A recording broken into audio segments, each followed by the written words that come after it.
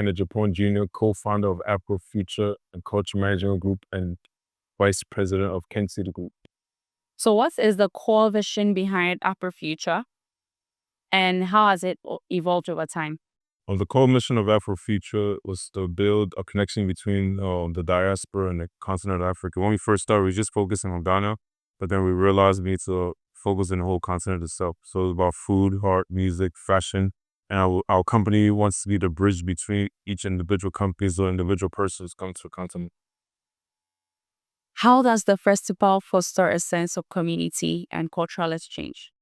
It fosters a lot of community and culture exchange because, again, like growing up in the U.S., people portrayed Africa as a place like it's a jungle and everything like that. So we wanted to connect the people from the diaspora and across the continent or even across the world to see how Africa is. Again, when we first started, the main focus just on Ghana because we were Ghanaian and we started in Ghana. But then it also brought culture exchange because, for an example, when we first started, it was it was 3 young guys in Medina.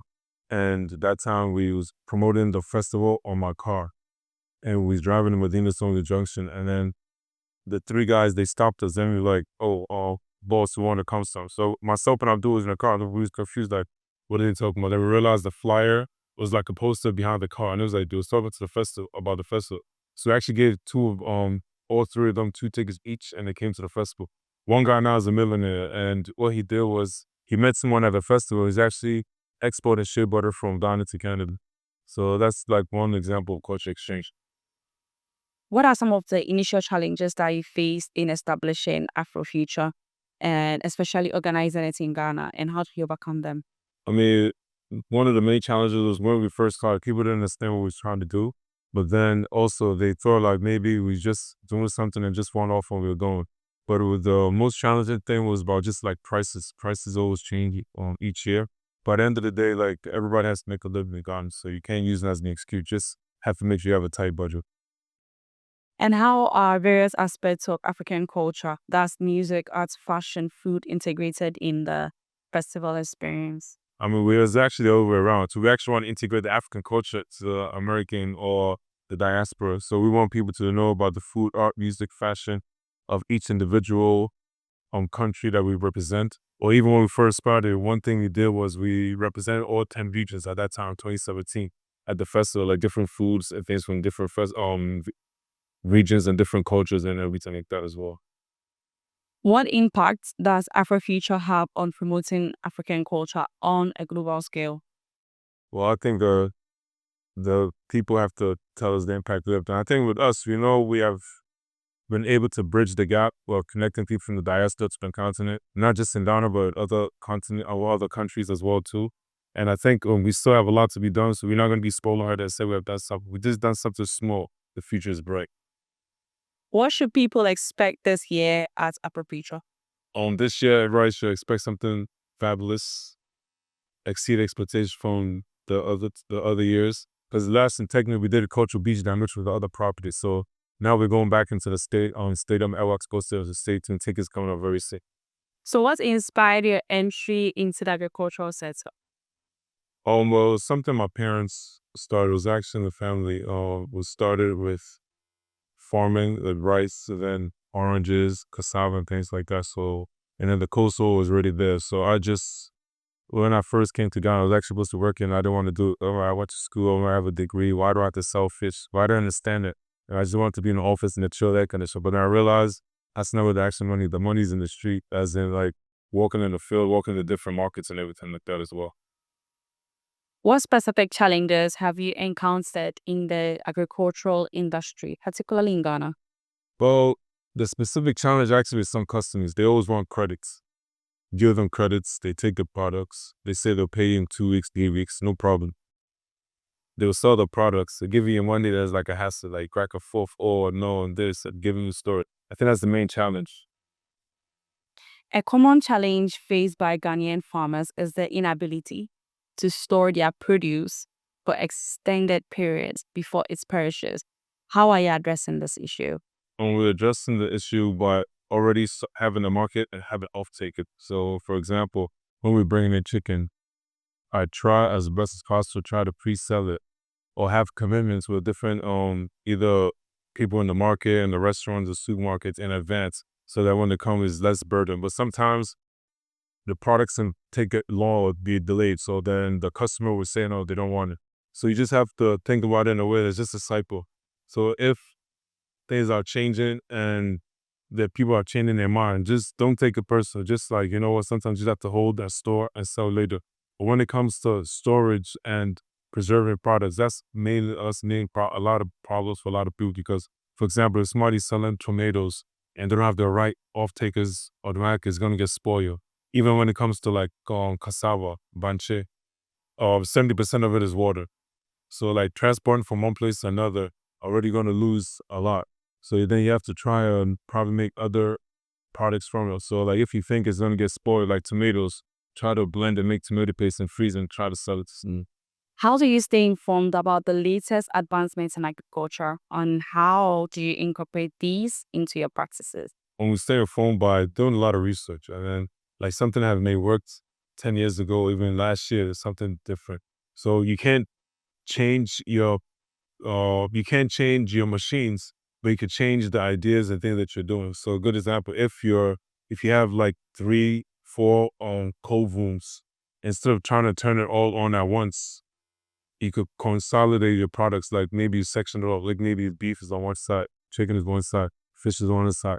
But instead of trying to fill out all the different rooms, because with technology, like if solar is available at some of the cold rooms as well, so you can distribute as well too. That's something like a lot of people didn't take a look or took advantage of back in the day.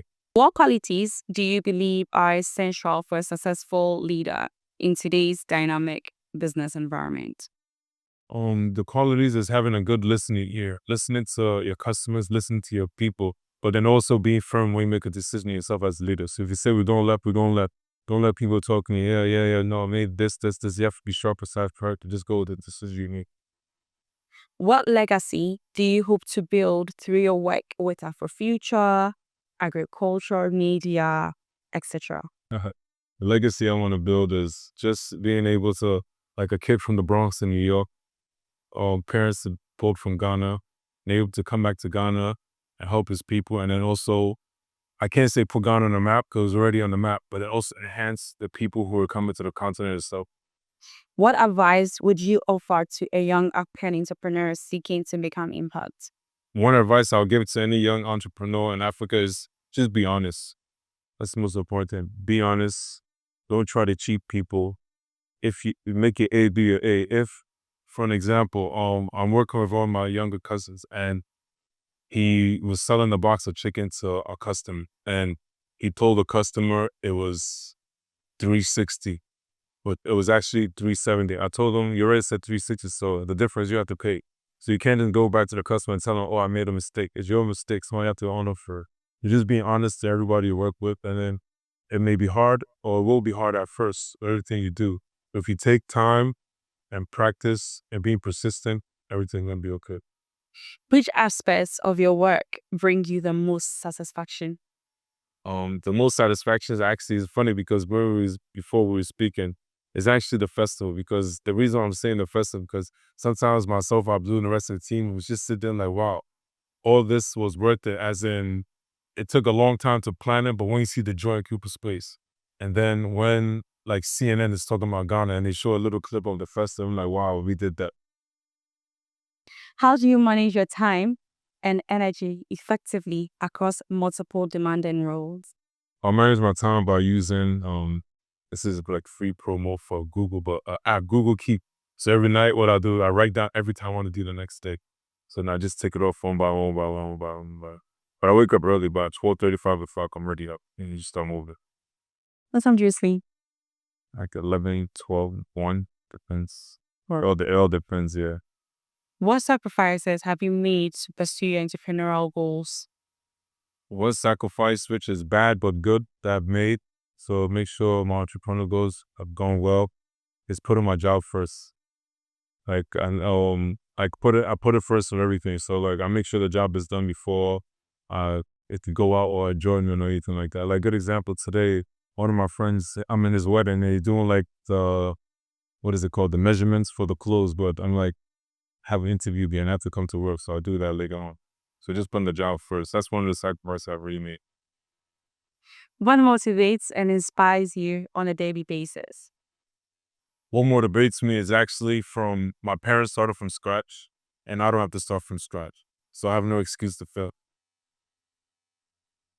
How do you plan to scale and expand your ventures while staying true to your core values?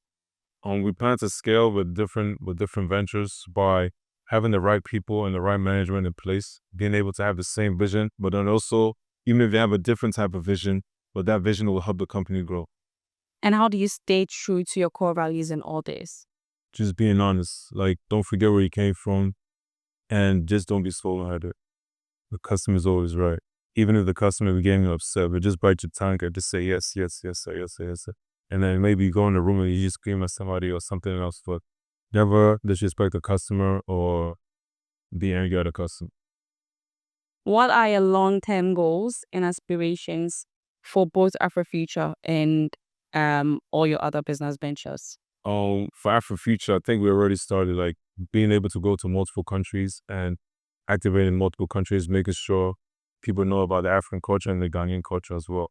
With the business, especially the coastal, one thing that we're actually doing now is trying to work with local farms and then agreeing with our own farms, trying to produce more in Ghana as well, so you can stop as much as possible the import that we're bringing in with the chicken and other products, and then also by also having smaller retail locations. So that's in the plan. So stay tuned. Lastly, is there anything else you believe our audience should know about your work or vision? I mean, look, I know online it look like I'm just having fun and everything, but I like my job. Even if it's with the entertainment side or if it's with running the cold store or any of the factories, I just like my job. So I think in general, everybody should just try and pick a job or do a job that you like. Because I went to school for human resources, but I'm selling chicken and oranges and things like that. So you may not be able to do what you went to school for, but if you have a passion for something, just go for it. But when it comes to passion, you have to be careful as well too, because my passion is entertainment, but that's not always bringing money. So make sure you have like something stable before you work with your passion, and always give back, no matter how much you have. Even if you make 400 cities or $40 a month, even if you give 5 to 10% of the back, is more blessing.